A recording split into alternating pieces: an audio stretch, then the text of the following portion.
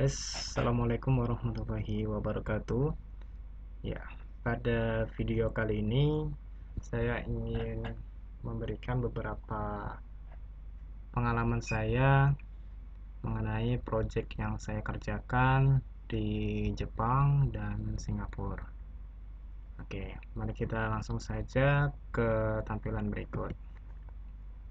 Ya, jadi seperti yang teman-teman lihat di layar teman-teman, ini merupakan salah satu postingan saya yang berisikan pengalaman project yang saya dan rekan saya kerjakan selama di Jepang dan Singapura. Ya, apa sih project yang kita kerjakan?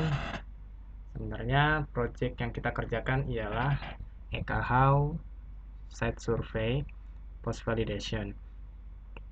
Yang mana Ekahau ini merupakan salah satu tools yang digunakan untuk pertama untuk mendesain jika dalam suatu site atau kantor itu ingin melakukan perencanaan akses point seperti misalnya kita ada kantor ataupun ada tempat yang ingin dipasang akses point, kita bisa melakukan desain dengan Ekahau AI Pro. Di dalam Ekahau AI Pro kita bisa melakukan desain seperti satu, berapa akses point yang akan digunakan, dua, tipe akses point yang digunakan, dan keempat, yang ketiga ialah positioning yang tepat. Sehingga dari desain tersebut kita bisa memvalidasi dan bisa memperkirakan setidaknya ada berapa akses point yang dibutuhkan dalam satu ruangan tersebut. Keuntungannya apa jika kita menggunakan Ekahau sebagai desain sebelum deployment access point? Ada banyak manfaat. Pastinya yang pertama ialah kita bisa mengetahui perkiraan, tapi perkiraan ini bukan lagi berdasarkan kira-kira. Biasanya kan kalau kita ingin melakukan pemasangan access point di tempat yang baru, jika kita tidak menggunakan tools, biasanya kita hanya mengkira-kirakan saja access point ini jangkauannya sampai seberapa jauh. Misalnya seperti yang sedang tren sekarang itu ada access point namanya Ruiji ataupun Cisco Meraki. Nah, tanpa Ekahau AI Pro, biasanya kita hanya memperkirakan kira-kira kalau access point ini ditaruh di sudut tembok ini, kira-kira cukup nggak untuk coverage sinyalnya. Nah, itu kan yang biasanya kita lakukan ya jika tanpa menggunakan Ekahau. Nah, dengan adanya Ekahau, kita bisa melakukan desain seperti akses pointnya ya. Gitu. Sebentar ini saya coba ini matikan terlebih dahulu focus size. Oke. Kita melakukan desain ya akses point. Nanti akan saya tunjukkan preview dari Ekahau AI Pro. Nah, jadi dengan Ekahau kita bisa melakukan desain penempatan akses point dan juga dengan Ekahau kita bisa melakukan planning channel-channel yang akan kita implementasi dalam jaringan tersebut. Sehingga dengan adanya channel planning ini kita bisa meminimalisir sebuah kejadian seperti channel interferensi. Karena di era sekarang frekuensi itu sangat terbatas, terutama untuk 2,4 GHz. Itu hanya setidaknya tiga channel yang tidak overlapping, yaitu channel nomor 1, 6, dan 11. Nah, di Ekahau kita bisa positioning kira-kira untuk access point ini itu kira-kira bakal interferensi atau tidak. Nah, itu untuk tahapan desain di channel 2,4 GHz. Nah, tapi kalau dengan menggunakan channel 5 GHz, kita bisa melakukan planning channel yang lebih banyak tentunya. Karena 5 GHz ini cakupannya luas. Ada banyak sekali. Kurang lebih sekitar 3 kali lipat atau 2 kali lipat dari jumlah channel 2,4 GHz. 2,4 GHz itu channelnya dari 1 sampai 13 atau 1 sampai 11. Jadi itu untuk EKH dalam implementasi desain. Nah, selain itu, dengan EKH kita juga bisa melakukan validasi sinyal, yang mana validasi sinyal ini merupakan kegiatan yang dilakukan setelah adanya access point atau adanya sebuah jaringan wireless yang telah diimplementasi dalam suatu instansi atau dalam suatu tempat. Nah, yang kita lakukan ialah hal ini, yaitu post validation. Yang mana post validation ini kita menggunakan dua aplikasi. Bukan dua aplikasi, tapi dua tools. Yang pertama ialah EKH AI Pro sebagai alat software untuk survei, dan yang kedua ialah EKH Sidekick 2. EKH Sidekick 2 ini yang membantu atau yang akan menggrab data-data sinyal wireless yang di sekitar kita. Nah, saya akan coba contohkan ya gambar toolsnya. Nah, kelihatan nggak ya? Ya, ini adalah EKH Sidekick 2.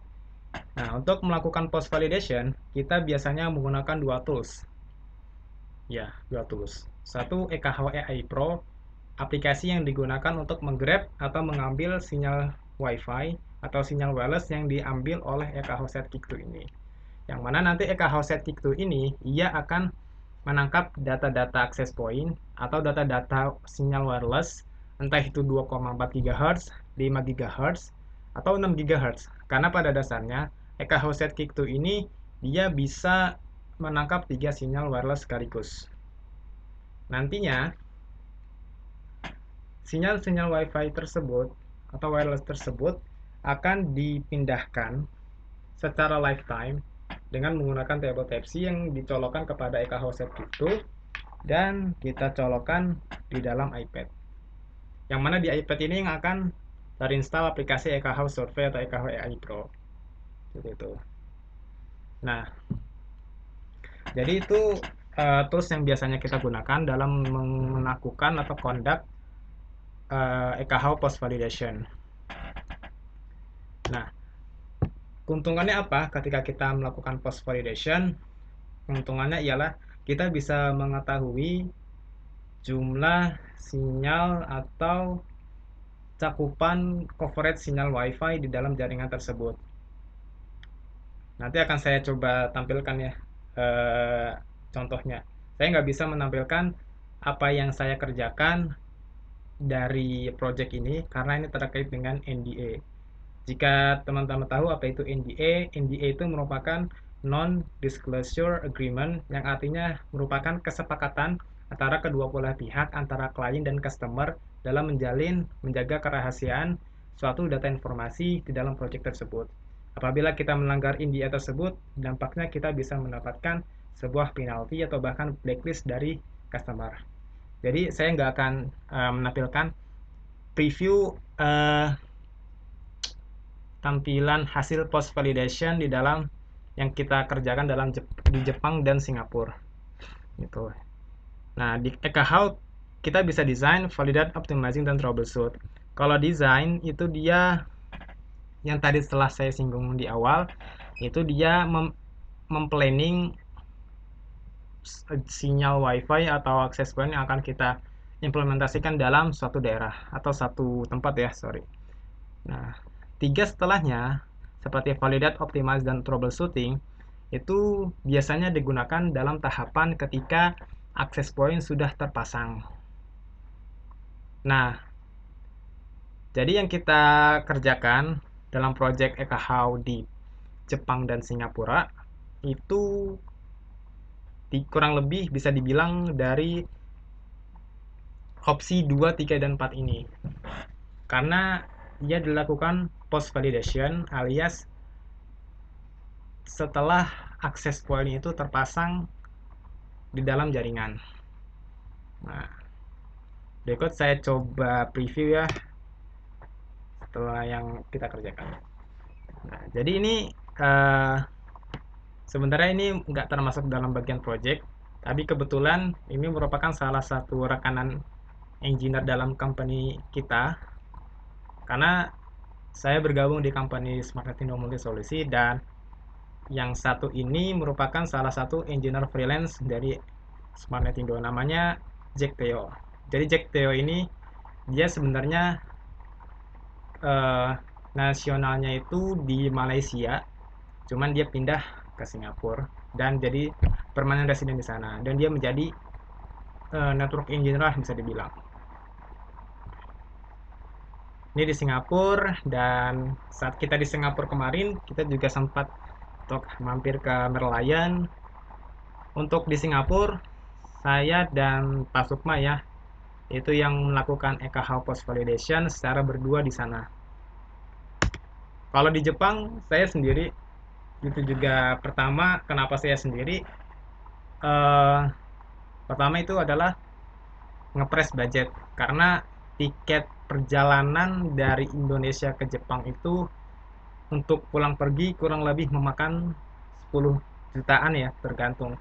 Waktu itu saya berangkat dari Bekasi ke Surabaya, naik bus untuk ngambil alat EKH-nya, baru dari Surabaya ke Juanda, naik pesawat, terus transit di Bali, kemudian transit di Singapura, dan transit dan langsung nyampe di bandara Jepang, Bandara Kansai. Jadi kurang lebih itu memakan waktu 2 hari 1 malam dan banyak jet lag-nya, dan itu sangat sebenarnya experience, cuman capek di badan aja sih. Terlebih saya harus bermalam di Singapura dan paginya tuh harus berangkat dan harus was-was terhadap waktu supaya nggak kesiangan kalau tidur di bandara Singapura gitu. Nah itu waktu ke Jepang. Nah ini tools yang tadi telah saya coba tunjukkan ya. Jadi ini toolsnya yang kita gunakan, Ekahau Sidekick tuh. Sebenarnya Ekahau ada dua versi. Pertama Ekahau Sidekick aja, yaitu yang versi pertama dia bentuknya seperti kotak tapi sudutnya itu rounded, nggak terlalu bulat, nggak terlalu kotak, rounded ya. Dan versi tersebut sudah digantikan dengan versi yang terbaru, ialah Ekahau Sidekick tuh, yaitu inilah tampilannya. Dan ini iPad untuk melakukan post validation mengelilingi area-area. Sebenarnya untuk melakukan EKH post validation ini kita bisa aja menggunakan laptop ataupun HP.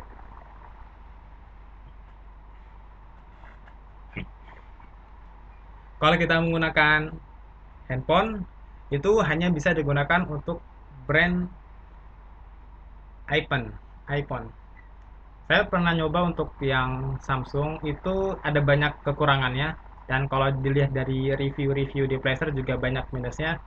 Kurang lebih kayak EKH itu lebih mementingkan brand Apple gitu. Jadi kenapa saya menggunakan iPad, salah satunya itu dia brandnya iPhone dan mobilitasnya itu lebih enak. Dan selain HP, kita juga bisa menggunakan laptop. Kekurangannya kalau laptop, pertama pasti berat. Iya, karena kita harus muter-muterin setiap sudut ruangan yang ingin kita survei, yang ingin kita grab data-data sinyal WiFi dari satu daerah, dari satu titik ke titik tertentu. Nah, kalau kita menggunakan laptop, itu jelas akan berat karena kita harus bawa laptop gitu. Saya pernah bawa laptop, walaupun laptop saya ini sebenarnya mini ya, 14 inch atau 13 inch gitu. Dia bisa dilipat laptop saya, jadi kan enak ya, nggak perlu megang gini, jadi bisa dilipat kayak tablet. Saya pernah kayak gitu di salah satu plan di daerah Surabaya. Setelah beberapa menit, tangan saya udah kayak kram sakit gitu karena ya berat aja gitu kan. Nah, jadi itu kekurangannya. Dan kedua, kekurangannya kalau kita menggunakan laptop itu tidak ada fitur autopilot di aplikasi surveinya. Ya ini sebenarnya sangat penting untuk uh, fitur ini dalam melakukan post validation, karena ini akan sangat menghemat waktu dan hasilnya pun juga akan sangat akurat. Makanya kenapa saya coba menggunakan iPad, dan memang sangat disarankan menggunakan iPad. Pertama karena EKH ini sebenarnya mobilitasnya itu sangat support banget untuk produk Apple, dan yang kedua menggunakan iPad ini eh, mobilitasnya itu sangat enak, dibawa kemana juga enak. gitu. Dan autopilot, nah kenapa nggak ada autopilot di dalam laptop? Karena autopilot ini dia membutuhkan kamera. Sementara laptop kalau kamera kan di depan, jadi kan gak enak tuh ya. Segimana autopilot begini kan, aneh. Makanya gunakan iPad itu karena ada kamera di belakangnya tuh. Gitu. Jadi itu toolsnya ya. Nah, ini tempat yang kita kerjakan di dalam Singapura. Nah, sebenarnya aplikasi yang dibutuhkan itu cuma dua sebenarnya, iPad dan Ekahau. Nah, tapi dalam proses post validation itu ada beberapa pre-requirement yang harus dilakukan. Pertama, kita harus memastikan apakah site atau tempat yang akan kita post validation itu dia memiliki floorplan atau tidak. Floorplan ini apa? Floorplan ini sebenarnya sebuah denah. Denah dari sebuah tempat. Yang mana nanti denah ini akan kita masukkan ke dalam Ekahau AI Pro yang ada di dalam laptop. Nah, nanti di dalam Ekahau AI Pro ini kita akan nge-scaling dulu. Kira-kira dari sudut ini ke sudut sana itu panjangnya berapa meter. Ini sangat penting dilakukan karena untuk mengetahui Ekahau ini coverage sinyalnya sampai mana, kita harus melakukan pengukuran dulu atau measurement, measurement lah gitu. Nah, biasanya eh, untuk melakukan pengukuran itu, biasanya di dalam floor plan atau denah kan biasanya juga ada tuh ya kayak skala 1 banding berapa. Itu pun kalau ada. Kalaupun tidak ada, biasanya kita menggunakan laser digital meter atau ini yang ada di sebelah kanan ini. Nah, laser digital meter ini. Nah, meskipun di dalam fluoropen itu sudah ada skala-skalanya 1 banding berapa, kita juga harus pastikan menggunakan laser digital meter ini. Itu sangat penting. Ya, tinggal kita ngeleserin aja dari satu sudut ke sudut sini berapa panjang meternya, jangan tulis itu enter. Nah, kalau sudah di setting di dalam Ekahau AI Pro di dalam laptop, kita tinggal import dari laptop, kita colokan Type C ke dalam Ekahau-nya gunakan Type C, kita import, kita save, tapi nge-save-nya ini bukan lokal di dalam laptopnya, tapi kita nge-save-nya ini ke dalam lokalnya Ekahau Sidekick 2 ini. Karena Ekahau ini selain dia bisa nge-grab data sinyal-sinyal wireless, dia juga memiliki kapasitas hard disk. Sekitar berapa ratus giga gitu ada. Nah, baru tuh setelah data yang telah kita setting atau mapping dari laptop kita pindahkan ke dalam Ekahau Sidekick 2, baru kita colokan dari iPad ke dalam Ekahau dan lakukan survei. Nah, baru tuh kita tinggal jalan dan kita pastikan nih kita jalannya itu sesuai dengan denah di obstacle iPad. Itu sangat penting. Jadi seperti itu. Nah, ini contohnya. Saya lagi jalan kan, ini cantolin aja. Nah, itu yang di depan itu iPad. Itu saya menggunakan Kahos Sidekick 2 dan iPad menggunakan mode autopilot atau continuous. Nah, jalan. Gitu. Nah, jadi itu sedikit uh, sharing project Ekahau yang saya kerjakan di Singapura. Nah, kalau ini yang di Jepang. Nah, kalau di Jepang saya sendiri, jadi saya selfie begini. Kalau yang tadi kan di Singapura ya yang di sini. Itu dia saya berdua sama Pak Sukma namanya. Makanya Pak Sukma yang memfotokan. Kalau saya sendiri, jadi saya hanya foto aja, ceplek gitu kan. Nah, waktu di Jepang itu sebenarnya saya juga pertama kali dan ke Jepang juga ngangong-ngangong, bingung nanya siapa kan. Tips juga ketika ketika ingin ke Jepang, rata-rata tuh orang Jepang nggak bisa bahasa Inggris gitu kan. Jadi kalau bisa sih bisa pakai bahasa Jepang ya. Makanya kan kadang orang tuh suka nonton anime karena juga bilangnya buat di Jepang gitu juga. Waktu di Jepang dan waktu di Jepang saya mampir ke Masjid Istiqlal. Nah, ini saya difotokan sama ibu-ibu di sana. Karena mumpung di momen itu, mumpung ada orang bisa minta foto-foto, saya minta foto. Nah, waktu di Jepang, di Osaka, tepatnya kalau di Jepang, ini dingin banget di sana. Saya juga pas ke sana itu lupa bawa pakaian tebal, cuman jaket kayak gini aja tuh dinginnya juga minta ampun. nembus sekitar berapa 11 derajat di sana tuh masih nggak mempan pakai ini doang. Waktu Jepang, Osaka, dan waktu di Singapura. Nah, kalau di Jepang itu kan timeline-nya sekitar awal-awal Maret. Nah, kalau di Singapura itu timeline-nya pertengahan Maret. Itu kan pertengahan Maret kan udah masuk bulan puasa ya. Nah, mungkin kita Singapura ada kayak bazar. Tuh, alhamdulillah enak bisa buka puasa juga di sana. Gitu. Nah, jadi itu dengan EKH kita bisa melakukan desain, validate, optimize, troubleshoot. Kalau desain itu kita mendesain uh, floor plan atau denah kosong yang masih belum dipasang access point. Nah, kita bisa melakukan perencanaan desain. Kita ingin memasukkan access point apa, tipenya apa, dan seberapa banyak itu masuk ke tahap desain. Nah, setelah masukin desain, baru kita melakukan validate. Fungsinya apa validate? Validate ini ya fungsinya untuk memvalidasi apakah access point yang telah dideploy atau yang telah dipasang dari hasil desain sebelumnya yang dilakukan oleh EKH itu apakah dia sesuai atau tidak, atau meskipun berbeda mungkin ada sekitar beberapa persen aja ya gitu. Jadi flow-nya seperti itu, kita desain, nah setelah didesain kita deploy baru kita validate, kita validasi sinyal-sinyal wifi yang telah dipasang atau direncanakan oleh desain tersebut. Nah, seumpamanya nih kita validate dan ditemukan beberapa case seperti channel interferensinya apa, pasukan F1 saya tolak dulu.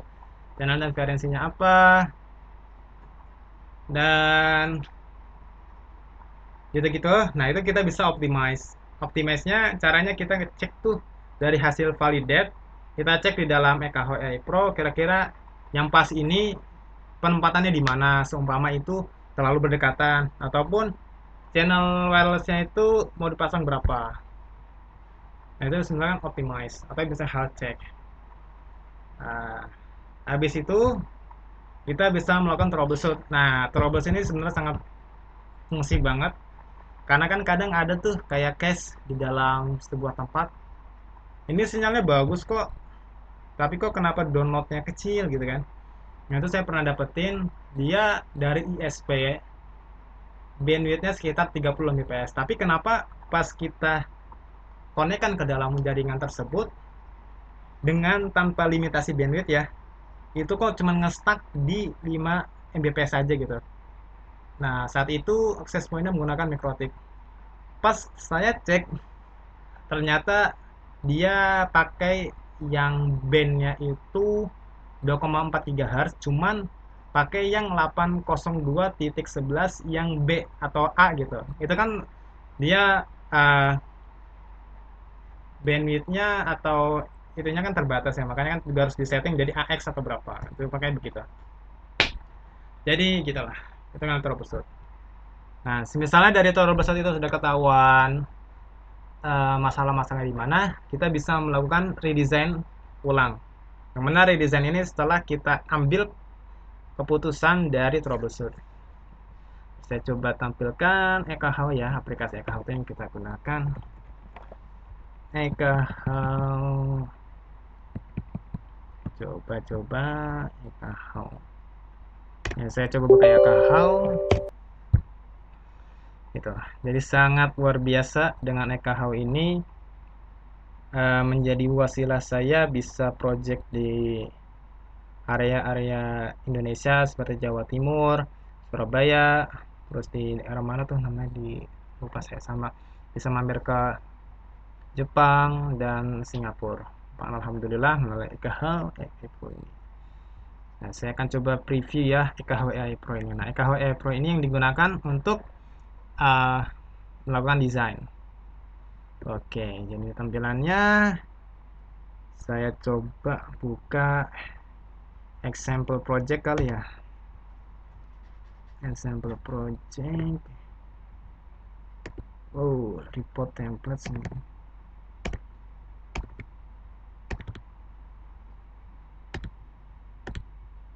Sini nggak ada asset survey ya, kayaknya nggak ada survey. Atau saya coba floor plan ya, saya nambahin di sini.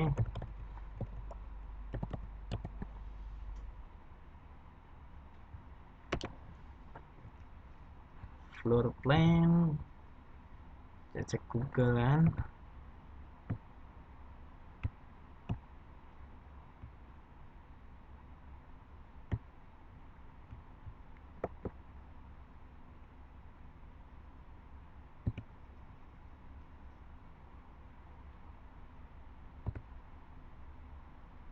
Coba saya buat di grup baru nih folder kan.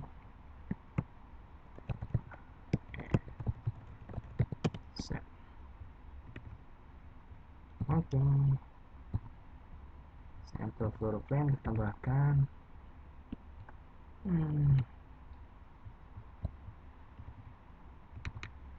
Ya. Nah, jadi ini contohnya ya. Untuk tahapan desain pertama kita kalau bisa lihat di sini ada tulisan no scale. Nah, kita harus skalakan dulu berapa meternya. Misalkan dari sini kita mau skalakan. Nah, itu jaraknya 10 meter. Nah, kalau seumpama dari sini ke sini 10 meter, nah itu maka dari sini juga 10 meter. Ya kan? Sini juga 10 meter. Nah, ini kalau kita ngukur yang sama juga di sini 10 meter.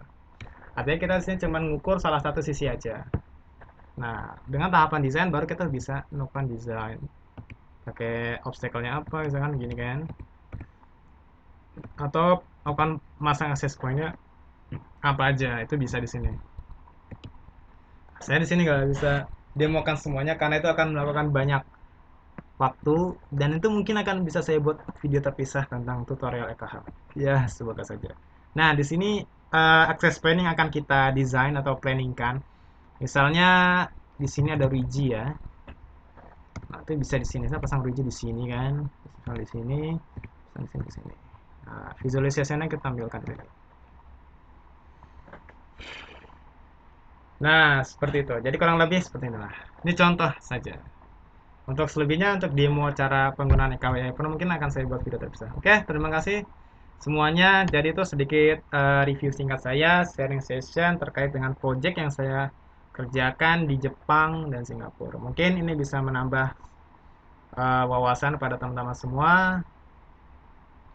Bisa selalu semangat. Uh, ya, harus selalu semangat ya, karena saya juga masih muda, masih banyak belajar. Masih umur 20 sebenarnya saya ini. Alhamdulillah. Ayo teman-teman semua semangat. Yuk, sana. Terima kasih semuanya yang telah nonton. Semoga bisa menikmatinya. Assalamualaikum warahmatullahi wabarakatuh. Peace out. Bye bye.